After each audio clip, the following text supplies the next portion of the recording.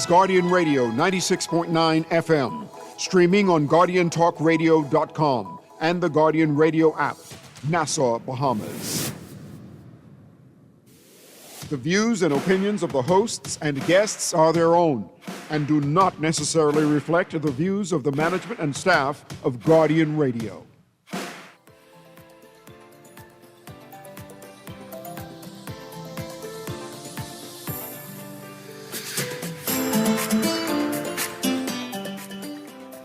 Good morning and welcome to Guardian Radio AM. Today is Friday, February 27th. It's a little after 11 o'clock in the morning. Once again, this is CA Newry and I shall be your host for the day. Today we're going to continue our conversation about culture and ways we can benefit about it in the Bahamas.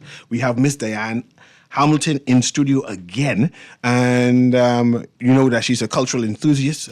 She's an advocate for Bahamian culture. But before that Course Right we have great news. Said, get ready, Bahamas. Course Right Nassau is excited to host their second warehouse open house on February 28th from 10 a.m. to 3 p.m. at their Peach Street, Montrose Avenue warehouse inside the former Milo Butler warehouse. Not a member? Sign up or renew for just $5 1 month and start enjoying exclusive savings. The Course Right team will be ready to help you shop at your Course Right Nassau online, show you how fast and easy in order to pick up the process is. Introduce you to the complimentary goodie bags while supplies last. So stop by the warehouse or online and pick up this at the same time and discover why more Bahamians are choosing Course Right Nassau to buy in bulk for their big family. Visit our CourseRightNassau.com website and stay on and click away for the best deals. See you guys Saturday from 10 to 3 o'clock p.m. at the Course Right Peace Street warehouse. I'm kind of excited about that because I've been there. I see what all they have to offer. I mean, so much. And the process is easy. So this should be a good open house that Bahamians can take advantage of and then learn more about this new process they have at Course Right. But again, continue our conversation with Miss Diane Hamilton, who I said and who I introduced as a cultural enthusiast. She has some ideas on what we should be doing in the Bahamas. I'm going to be pushing back today with her, right? I'm challenging her in terms of her thesis that we should be doing more, right? I'm thinking that perhaps we are at our peak, right? And that the government is doing to promote Bahamian culture, but it is that Bahamians either are not interested or do not know what to do. And if they're not exposed to know what to do, then someone needs to expose them. And how will that exposure come about, right? It'll be people like Diane who have to be the standard bearers and the trailblazers and to be the person to come up with the new ideas on how Bahamians can operate, right? Because some things are food and culture, and I'm going to bring something up controversy. For the past week, maybe even 2 weeks, I've been talking about Andros, North Andros in particular. North Andros in particular, and the whole island, North and South Central, is known as the bread basket of the Bahamas. I know my listeners already know what I'm going to talk about right now, right? But I'm going to bring culture into it. They are the bread baskets of the Bahamas. Majority of the food stuff that we import to Nassau comes from Andros, and of course, by the wide extension, the rest of the archipelago is brought here, and inclusive of the farmers here in Nassau. Recently, when I say recently, maybe over 30 years now, right? We've had support. Andros have had support by a Mennonite community. The Mennonite community is high tech. They have all the technology you can think of. They also have the finance to invest. It's a big religious group, right? And they believe in investing into that healthy living and support, right? So they've crafted a community there. And over the years, the people of Andros have become dependent on them. Dependent on them so much. First of all, you know, Andros is a bread basket. The Mennonites have the technology. They have the technology in farming, the equipment, the wherewithal or the best procedures to do. So their farms are huge.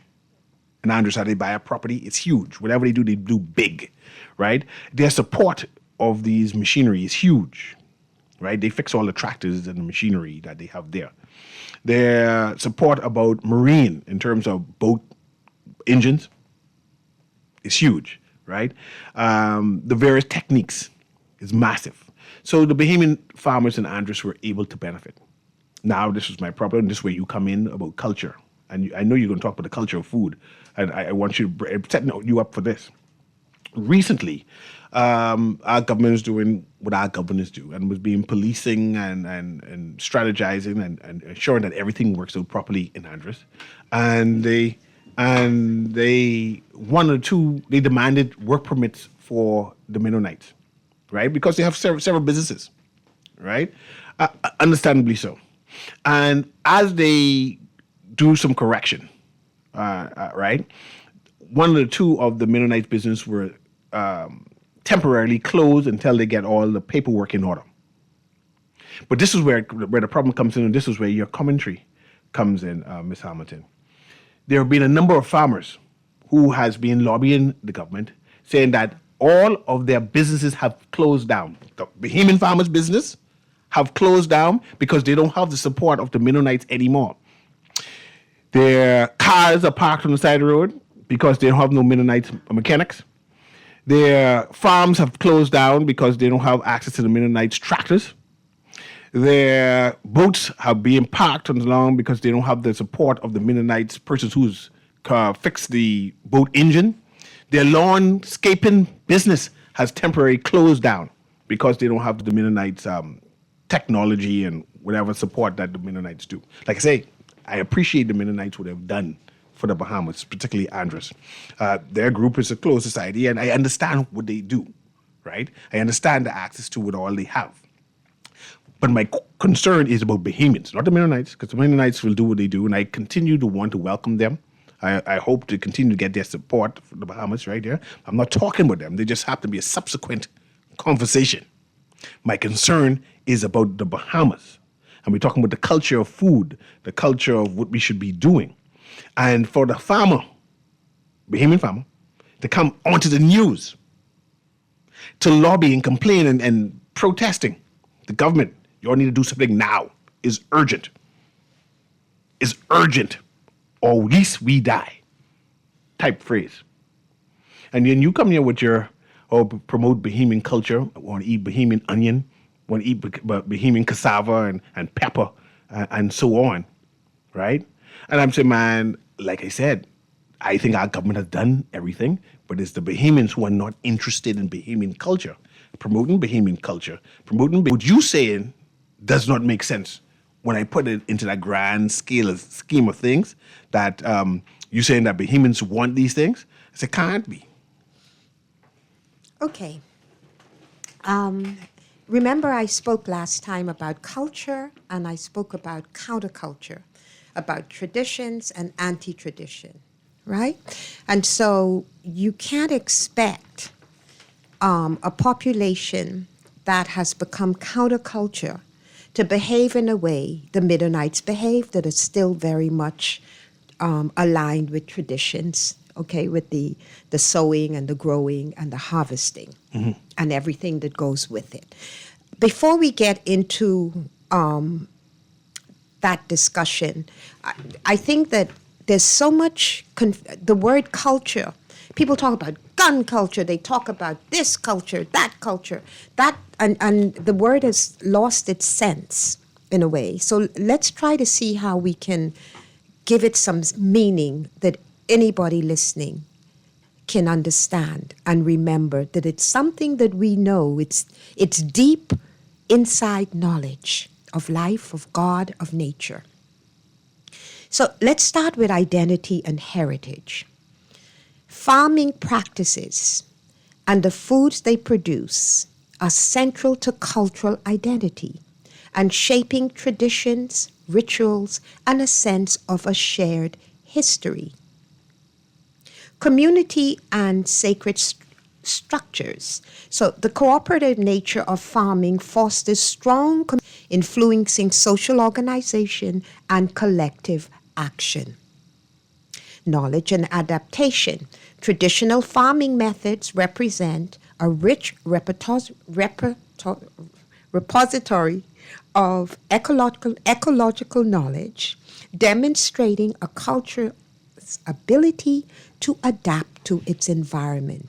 This is not something that is alien or difficult to understand, right? So let's take a few examples and then we'll zero in on our country. Across the world, some agricultural systems are more than farms. They are living landscapes. Communities and nature grow together. People depend on the land for food and survival, and the land depends on people, on their traditional knowledge, rituals, and sustainable practices. Farming wisdom is carried in proverbs, songs, festivals, food traditions, and spiritual practices. Agriculture is not just about production, it is about cultural identity. Let's take China and the cultivation of tea. It shaped farming techniques and social life, etc., and art. Tea became culture due to a friendly competition among farmers. Let's take Japan. Fishing communities around Lake Beaver developed strong rules to protect fish population for thousands of years. They consume a fish that's fermented fish that's served at festivals, and it reflects the relationship again between fishing and our daily lives. Traditional knowledge passed down through practices, stories, celebrate is what protects. When culture survives, the land survives. When the land thrives, culture continues. Traditional culture grows from the soil. When we lose the land, we lose the song. And when we lose the song, we lose ourselves. Okay, so that is, I think, something we can all understand and relate to. How important is that song? That song, the rhyming spirituals, the work songs, the Negro spirituals, reggae, calypso, gombe, chankanu, that was the song. And it was related, all of it goes back to the practices and the rituals. The people remember planting the maypole. Celebrations were regulated with the earth's solstice seasons, with the moon. They knew when it was time to grow, when it was time to plant the seed.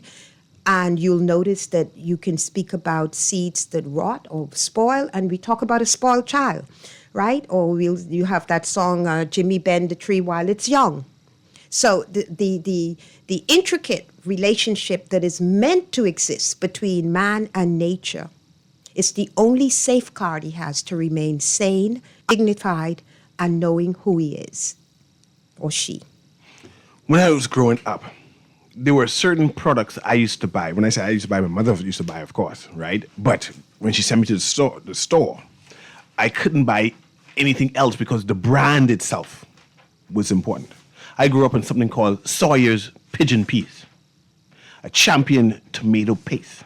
To this day, I don't eat any other tomato paste other than Champion. And when they stopped producing it for a while, I said, no, I can't buy the foreign one. I got to buy something made in the Bahamas, right?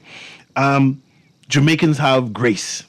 And when they buy that, they only buy that. That's their brand, right? And you speak about the culture of food. Do we have any Bahamian brand that Bahamians should support and buy, right? Jamaicans say, I'm going to buy Juicy Patty or other patty. Do you know why Jamaicans have that attitude? Jamaicans are very close to the land. Okay, if you go to Jamaica, the knowledge of natural medicine, of good food, eating, I think it was exemplified for the world when the Rastas came, right? We suddenly realized that Jamaica had something going on there that is obvious, affected cultures around the world. Everybody knows reggae, Bob Marley, and the culture of Rastafarism. And that is because they stayed close to the land. Now, why don't Bahamians support? Well, walk around, look at the land. What do we do with our land? Do we consider it sacred, or is it a dumping ground for garbage that we don't know how to recycle and that we don't care to recycle? If nature becomes a garbage bin, we reflect that garbage bin and we act like garbage. So it's not really, it's easy. It's easy stuff to figure out. And we keep wanting people who are caught up in an anti-traditional, anti-cultural movement to behave as though they're normal. It's not going to work. Anti-traditional and anti-cultural. Yes, everything, because you will find on the islands where people still, they've coined backyard farming. It was just whatever it was, all right? People had backyards, or people went to the farm. And their days, the rhythmic of their days was between going and farming, coming back home, cooking, storytelling, dancing, relaxing, church, whatever. So everything was, there was a rhythm there. And there are people like myself and yourself who remember quite well.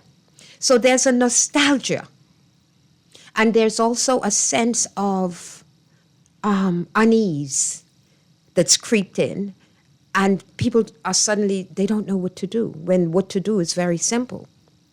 It's very simple. What do you do? You go back to your heart. You understand that God and nature and we and everything on earth is one. Simple knowledge, ancestral knowledge, and you begin to live accordingly. But how do Bahamians, or how can Bahamians compete? When I say Roseborough, who works here at the Guardian Radio, right? He's a beekeeper. That's his main profession there.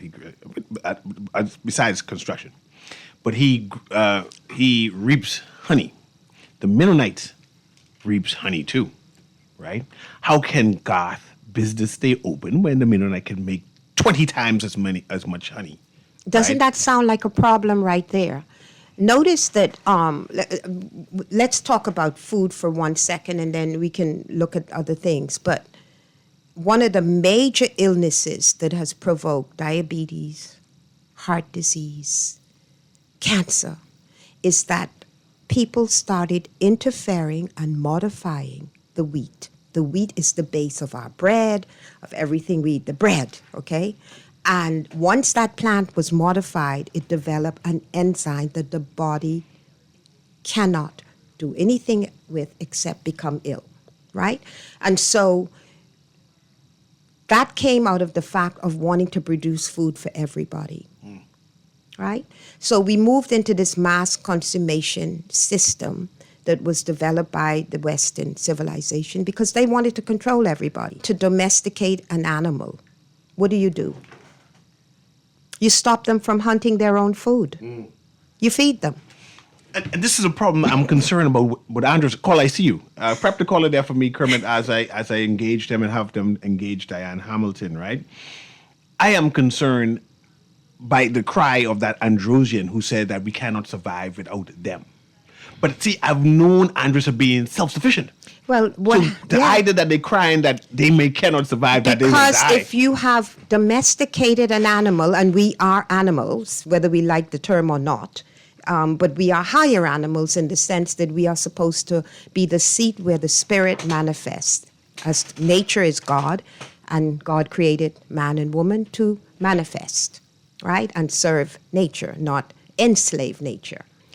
And once that person becomes aware of their dependence, they think that is the only thing and the only possible existence. You understand? If you tell people to stop going to McDonald's because it's killing them, they think that not going to McDonald's will be their death. So because what's interesting is the power of bad food, and that's what they know. Sugar is something that is deadly, and they know that, okay? And it's highly addictive. It's like cocaine and crack. It is worse, I would say. And so the only way to free ourselves is to understand who we are. You've got to have knowledge of what you are. What is this vessel you're living in? How does it function, okay? And so until you do that, you will believe. Our ancestors were real slaves. They wore chains. They were broken, lynched, and yet they never believed they were dependent on the whites for survival. They never had that. They believed that God alone would save them. And they sang. They sang about their trials and tribulations because they knew that God would see them through. And God did. Let me engage your caller there, right? Because when I grew up, there's a song called Pumpkin, Banana, Peas, and Corn. That means that's our staple crop. But now we import those things now. Go ahead, caller. Guardian Radio AM. Hey, gracious, you guess how you doing? Doing well. Wait a minute, I'd like to start with a great question for your guest before you run the minutes, right? How come we can't go? You ran out of minutes. Oh, go on. how come we probably can't grow our own food? Is that your question, sir? Well, maybe he'll come back. Okay. But I think that's the question. Let's go to the next caller. Guardian Radio AM. Go ahead, caller. Call you live. Guardian Radio AM, you live. Yeah, sorry about that again. Yeah, how come we can't grow limes in the Bahamas? You know, why are we importing limes from Mexico and other countries? You know what for lime is in the food store? I surprise people ain't slanging lime on the side of the road. Second thing, right, I will make a note on, right? Why we can't have a viable chicken farm that survives in the Bahamas? You see how much chicken we consume? I sure we consume more fried chicken than anywhere else in the world. Third thing, right? McDonald's fries ain't even real. Man, one of them dropping back in your car that'll stay there for years and they'll still look the same. I hear you calling, especially with the fries thing. But let's go to the next caller. Good though, that's the best fries. That's why they do it. Especially when they have a lot of salt That's on right. it. Go ahead, caller. Guardian Radio AM. You're live. This call is not coming through. I have this text says, "Good morning, Mr. Newry. The Andrews problem is a sample of what is to come. You have not seen nothing as yet. If we don't solve the immigration problems with persons coming into our country and getting citizenship, we will wake up in a dream. We will regret for many generations when these immigrants come to our country the right way. We must give them only work permits. Our leaders must take off their blinders urgently." At this present time, immigrants control our farming business.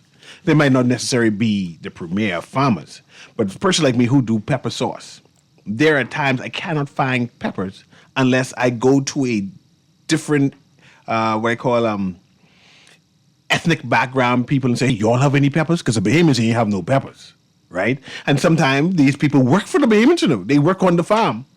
But the farmer has no peppers. But their employees has the pepper. I'm talking about the culture of food. Should we be concerned that Bahamians are no longer interested in being farmers? I think that if you were to look at our society and the anxiety and the fears that have become predominant in everyday, people are saying the same thing. And they're basically saying that they are afraid of being taken over, all right? And that fear is a real possibility when you feel defenseless, right? And you don't know who to turn to. And I would say turn to God, as David turned to God. And Goliath was defeated, and you have got to be like our ancestors who never said that the white man would keep them in chains forever. You have ancestors that gave you an example. And remember it. Remember their songs. Remember their struggle. Remember how they fought. And I believe those ancestors would not be sitting around eating McDonald's today or wishing for better days. They would be taking actions. We're going to take a quick break here. I see we have two callers on. If they could hold on or come back on the next side, I'm going to come straight to those callers there. We're talking to Miss Diane Hamilton. We're talking about the culture of food, how important it is to be farmers, to be, what she said, would be connected to the earth. It is important to understand that the earth feeds us and we protect the earth. There is a relationship that is necessary for us to be healthy and the land to be healthy. And there is no way to escape that. There's a thing about Bahamian eggs. I want to eat Bahamian eggs. I want to eat Bahamian rice. I want to eat Bahamian sugar cane. I want to eat and consume Bahamian lemons. It's important for us to have a brand that we're saying that this is our own and we'll protect our own? I have a question. Nature. Does nature belong to any group? Does nature, what nature produces, does it belong to anyone? I ain't sure, but I know it's ours. We'll be right back. Guardian Radio AM. We'll be right back with Diane Hamilton. 1 minute.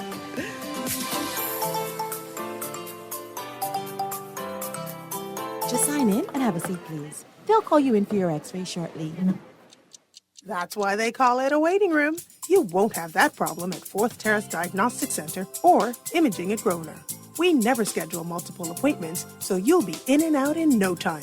And if your initial screening reveals a concern, our radiologist can conduct an alternative screening right then and there. Call 328-8157 to schedule an appointment at 4th Terrace Diagnostic Center or Imaging at Grosvenor today. Love the show? Want to give your support? Become a sponsor today. Call 302-2300 for our rates and packages. That's 302-2300. Become a sponsor on Guardian Radio 96.9 FM. Fresh news, smart talk, all day.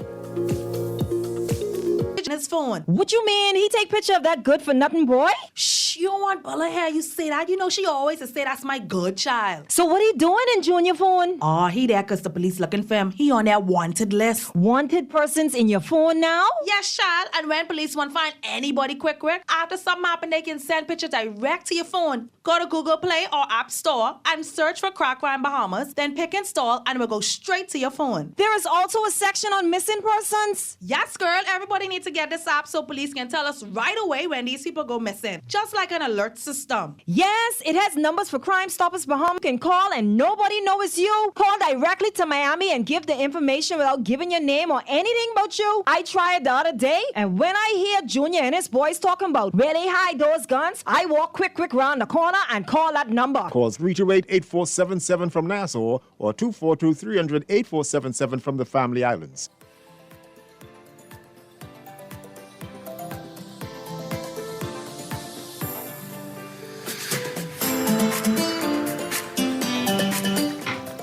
And welcome back to Guardian Radio AM. I want to talk about what we can do, but let me read some of these texts in the meantime, and I'll probe Ms. Hamilton's mind regarding what we can do. And I see the phone lines are lit up. People want to engage you too. CA, where are the environmentalists? Too much greenery is being destroyed by this government and foreigners.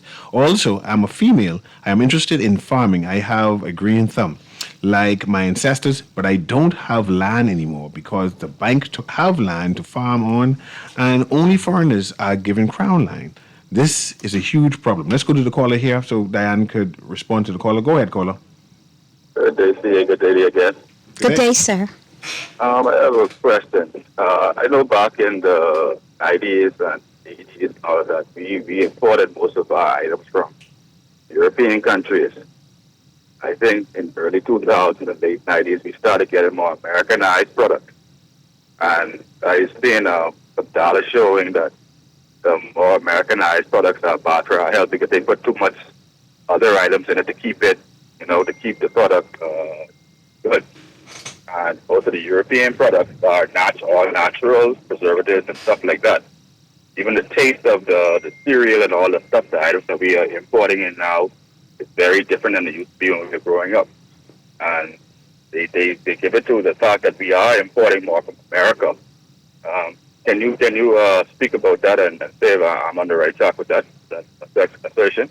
Okay, I'll let her respond. Okay, so when I first came home, because I spent my life growing up in France, and of course France has such a tremendous food culture and culture. Okay, I mean, you know this. I don't even have to go into that.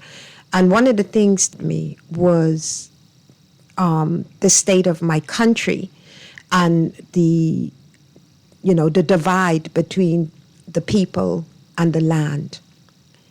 Simple life, right? And so the frustration and the anxiety that comes from not being close to nature is what people are feeling. It regulates our emotions, and so the more you move away, the more those emotions and thought take control of you. People call them demons and call them whatever you like. And so you get this violence that's being fed, of course, by, then they put the gun in your hand or they put the thought in your head, right?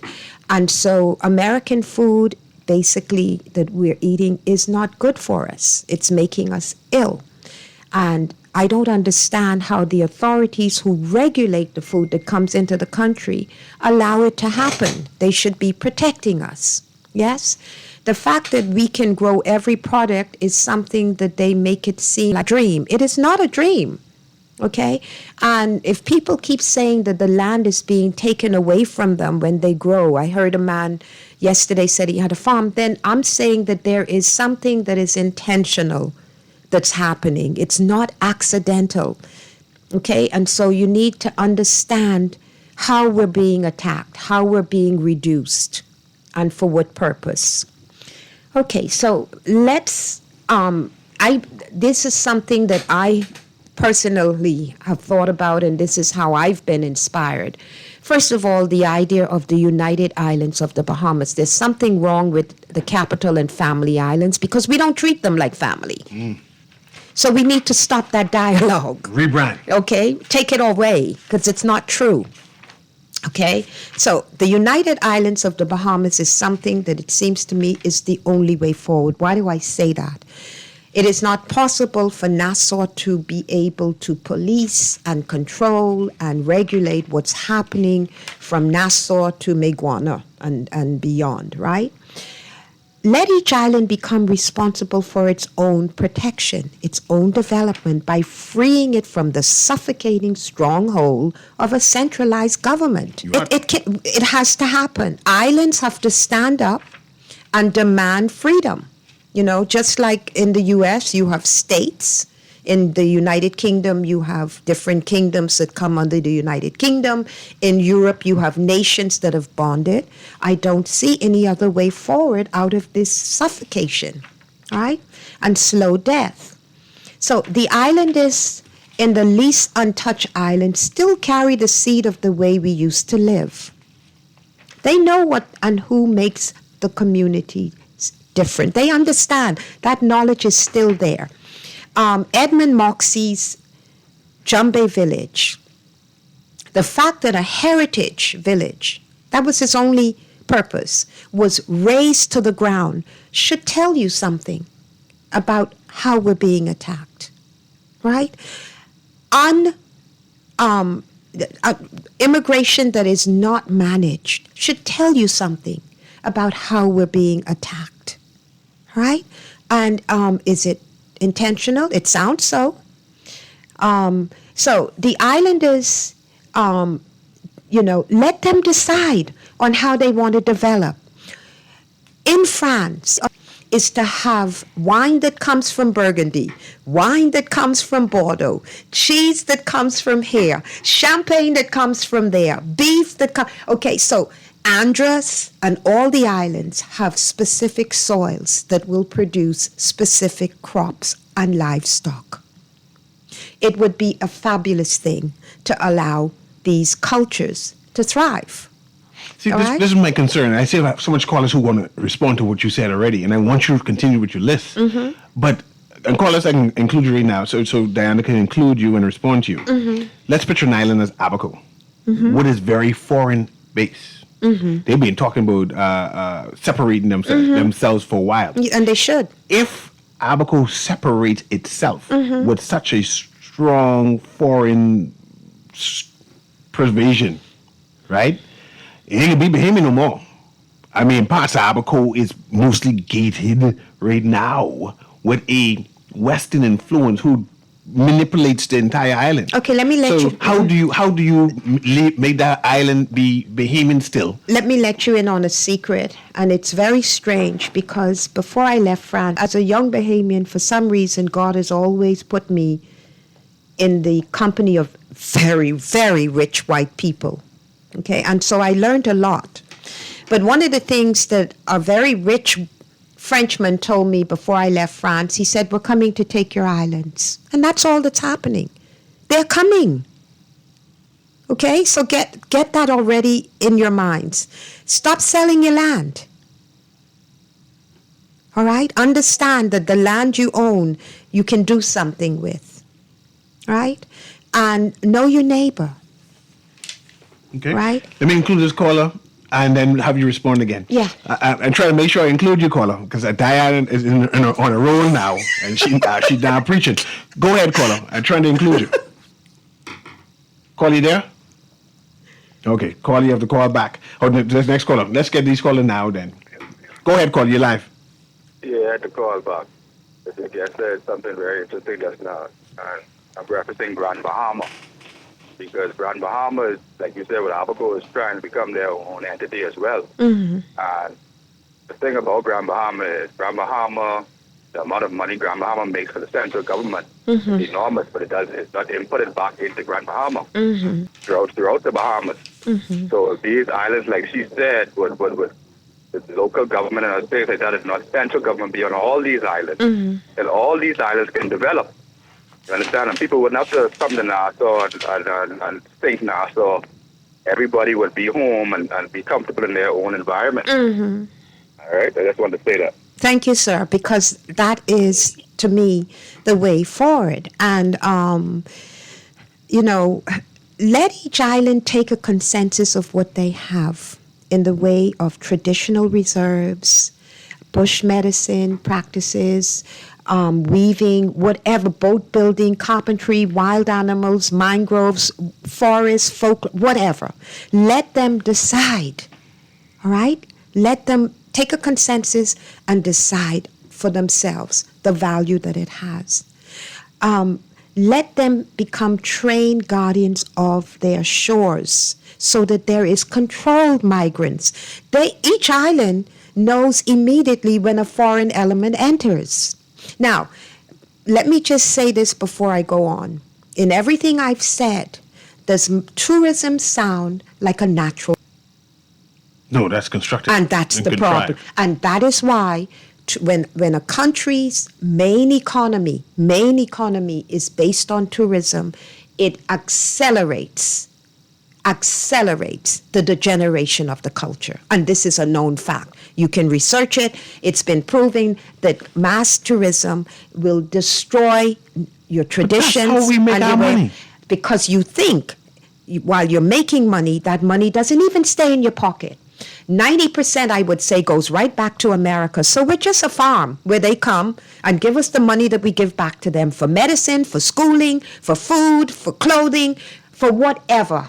We have a lot of callers. I mean, the line lit up. Everybody want to talk to you. And let me just text and go to the next caller. Say, CA, we have become Americanized. The European food is much better to import and products. USA is poisoning us slowly. We need to have more homegrown foods and import strictly from Europe. The next text is saying that you weren't talking about being separatists on the islands. You were talking about management and self-sufficient management. But let's go to the callers again. I need to invite you back because I wrote down this United Islands of the Bahamas. That could be the theme for the next one. That is the theme for the next one. Go Guardian Radio AM, you live. Good morning, CA. Good morning, Lady Diana. Good morning. I hail from two places. My parents, the Tarpon Bay Lutheran, as well as my dad, was Majors Key Crooked Island. So I'm a son of the soil from two locations, born here in Nassau. But I'm going to tell you, what you are speaking here is like music to my ears. Some of the information you disseminated, we have been speaking about for decades now. Selling of the Bahamian people land to outsiders was definitely not in the original plan of the first administration that came after 1973. Leasing land was the crux, but for some reason, the other administrations seem to think that selling land off to the outsiders, and I'm deliberately using that word because once they acquire the land, oftentimes you find that Bahamians can't even walk on that land unless it's a hotel or something. But I'm going to tell you, what you said was so powerful, and I don't want it to really fly over the people's heads. We can go and sustain ourselves by growing our own food. That's right. Each one of these islands, if you really notice, citrus and vegetables and stuff tend to thrive in abundance on these islands. That's but yet, our government has not found it. And when I say our government, I'm not talking specifically about this one now, but successive governments have not found it fit to really support our farmers in feeding us, in growing the vegetables and the fruits, in the husbandry. We have lost our way. And this message which you're pronouncing today is so salient and so important. I believe that it's time for we as the Bahamians to repossess our land, grow our own food. That's right. And tourism product is nothing, like you said. If the money comes in and it goes out. That's right. But we need to sustain ourselves by finding other things to do that will coincide with the tourism product. That's right. That we will be able to sustain ourselves for the next generation to come. That's Thanks right. for taking my call, Steve. Thanks. I concerned with y'all because I as a tourism person, and y'all want to replace tourism, it sounds like. It's not replacing it, it's putting it in its right place. The French don't drink wine and have the cultures in Brittany and Burgundy for tourists. They believe in themselves. You will find castles. It's like you're trying to say Bahamians should come first. Bahamians are first. They are first. This is their land. The hotel should be basically made for the Bahamians to benefit from. The hotels should not be... The concept of trickling down is an insult to any intelligent being. The sun doesn't trickle down to us. We sit in full sunlight. God's love isn't a trickle down. So why on earth should our labor lead to trickle down? Why are we supporting a black market where migrants come in and are paid less than anybody should be, as an institutionalized system where you see truckloads of government workers and different people hiring people at rates that is not in, a part of our Constitution and not in the rights. So why is this happening? Let's go to the callers, because you sound like even the immigrants supposed to be for our benefit. Of course. For our benefit? Of course. Let's go call. Guardian Radio AM. Go ahead, caller. We're talking to Ann Hamilton. All right. I were in Andres a few years, but when COVID was actually over, because we were trying to find people here who could supply us with the food. But when we reached the Andres, the same sack of potato, the sweet potato, and other the carrots and all the other stuff that they sell over there, and from Bouncy, they selling it for like a sack of potato, a sweet potato. They selling it for $52 on the market. It's pricey. You only buy it for like $16. So this is what killing us. If the time like when these people harvest all their fruits and vegetables, the government needs to shut down the country from bringing in all the fruits and vegetables and let these farmers them sell what they have in stock. That's what I think any sensible government should do. I'm going to go on. Sir. But I see like cases, and I talk about cases because we couldn't buy all the stuff, even though they're a little more expensive. But I mean, like they have no support. Really and truly, we have no support. The hotels don't buy it because they say they're too expensive. But government needs to just shut it down and say, look, if you ain't buying it, you can't bring it in. That's what we really need to do, support our people. We don't have no support. Thank you very much, sir. You're welcome. I'm going to give you a very powerful weapon. It's called boycott. I can guarantee you that if you stop, let's say we decide we're not going to buy potatoes. I guarantee you that within a few days, the price will go down. They need to sell their products. You need to understand that you have, as a consumer, you have incredible power. Use it. But if you see yourself see themselves as powerful, you've got to understand that you have power.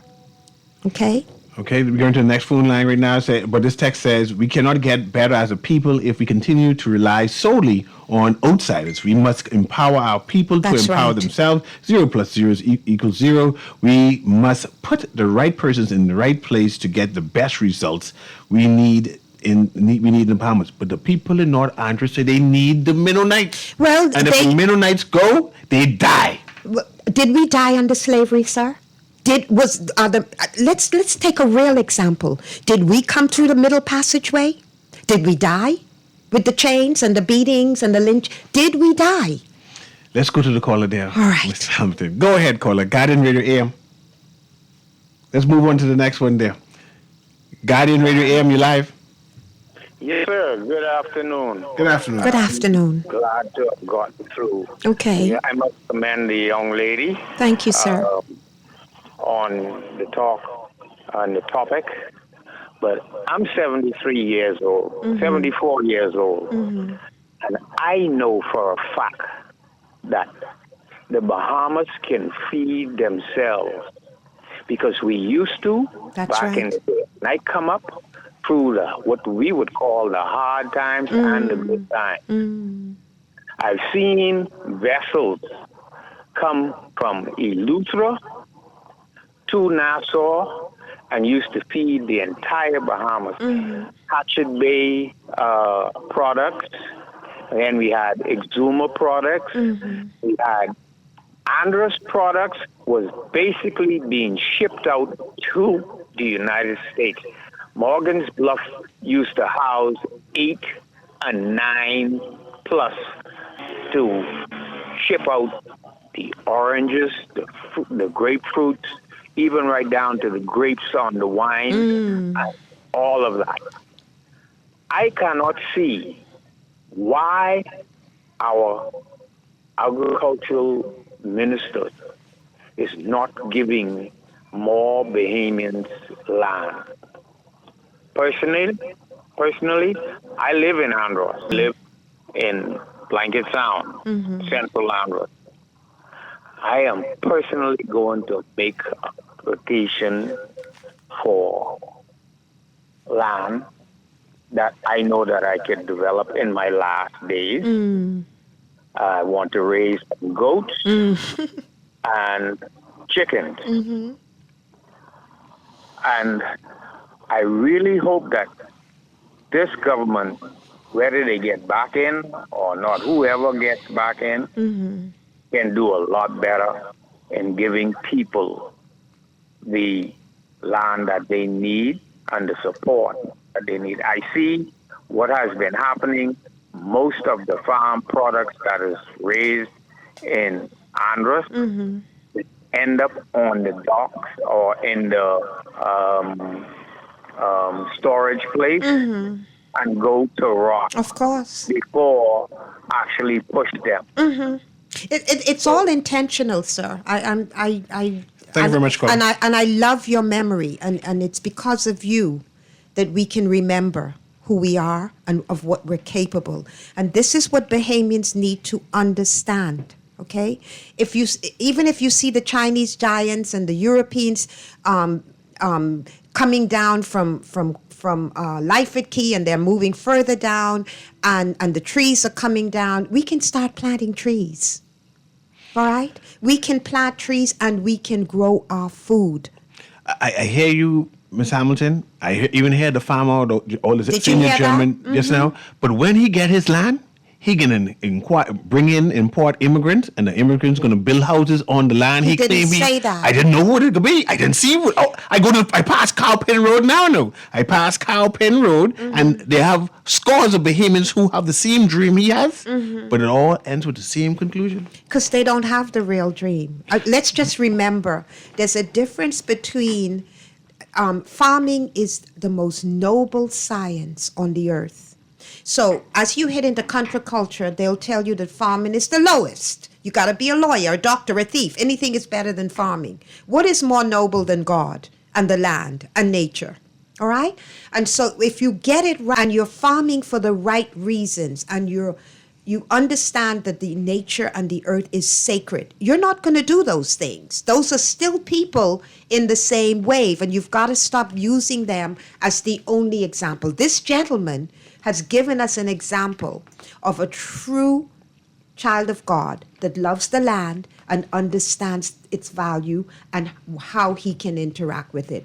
And we need to hear more of this, okay? We need to know. So there are people out there that understand that if you go to McDonald's, you are killing yourself. I like McDonald's. I can see you want to try that. No, that's my good spot. No, stop you. I am not saying anything else. Let's go to the next caller. Guardian Radio AM. We're giving everyone last 30 seconds. Go ahead, caller. Okay, just 3 quick notes I'd like to make, right? Yes. One, a lot of, the government actually are hesitant to give people land to grow foods on for farming, right? Because people are actually utilizing it to build apartments. Second thing I'd like to make a note on, right? They're going to have a difficult time purchasing items to the UK, right?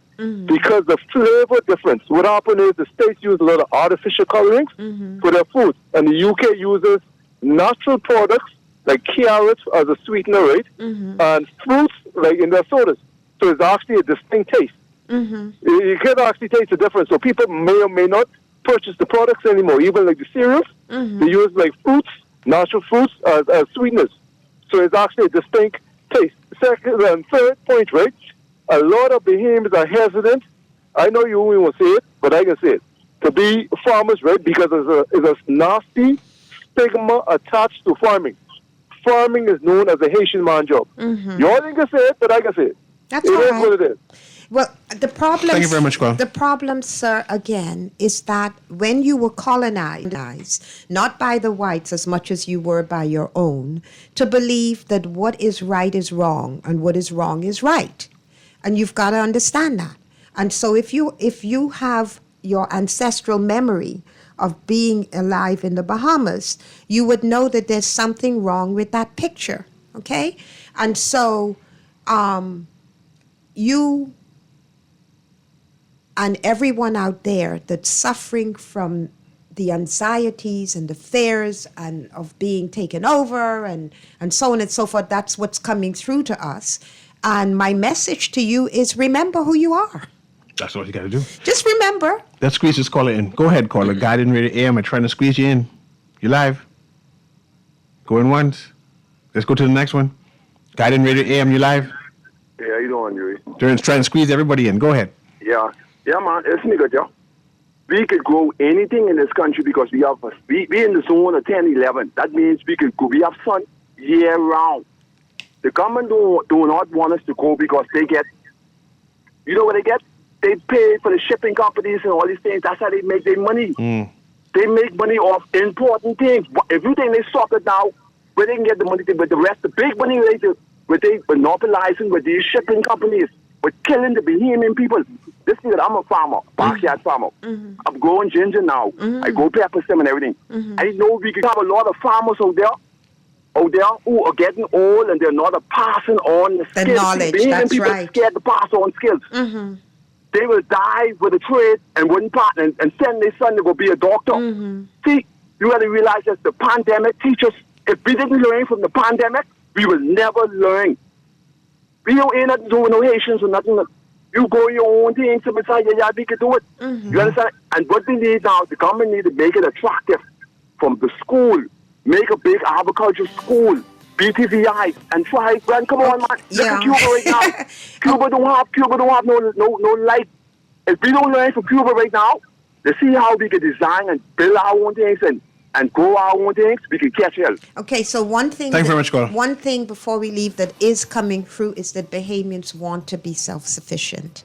They want a land and a country that is theirs and in which they can pass on to future generations. So that is a fact. Let's start from there, and the next time we come, we'll talk about the United Islands or the Bahamas, and we'll talk about how we can. You have to believe.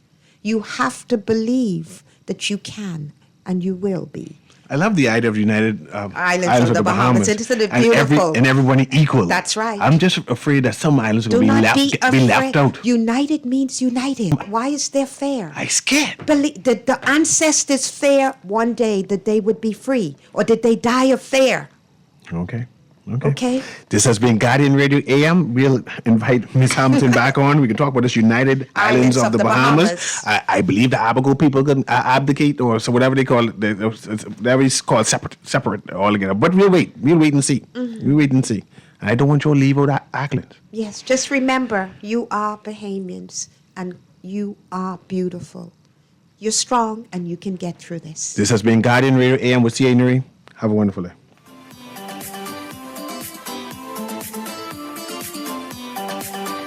This is Guardian Radio 96.9 FM, streaming on GuardianTalkRadio.com and the Guardian